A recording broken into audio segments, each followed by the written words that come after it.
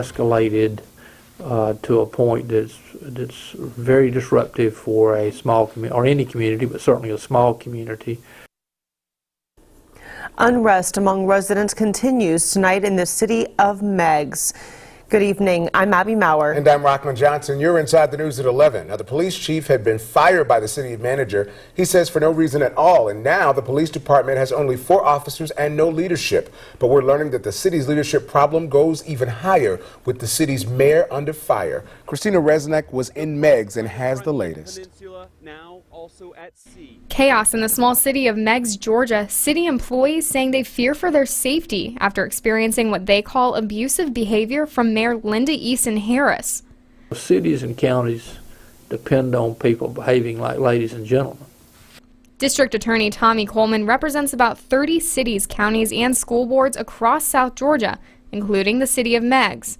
In addition to complaints of abusive behavior, Coleman says Mayor Linda Eason-Harris is currently in the middle of a lawsuit with the previous mayor of Meigs, who accused Mayor Harris of stalking. And he says City Manager Marcia DeMoca complained Mayor Harris put black salt on DeMoca's desk. Part of what DeMoca says are Mayor Harris's voodoo practices. So I called the mayor at that time, and I said, "Mayor, what's black salt?" And she says, "Well, it wards off evil spirits." Coleman tells me Mayor Harris was just elected into office a few months ago in November of 2013, and he says it could take quite a bit of time before residents see somebody else in that position.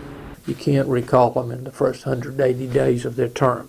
So she's just started, so she wouldn't be able to, subject to a recall until July.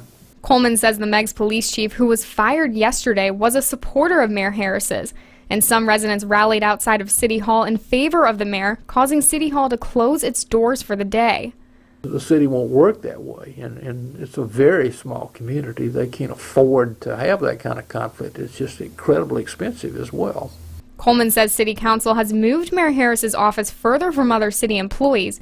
They have not chosen to go through with an impeachment process at this time, but he says they are keeping a close watch on the situation. In South Georgia, Christina Resnick, WTXL ABC 27, dedicated to you. Now, as for the job of police chief, the city has 6 months to find a new chief. Coleman says his firing was partially because he was only part-time and they felt they needed someone who could work more hours. As of yet, they still have not named an interim chief.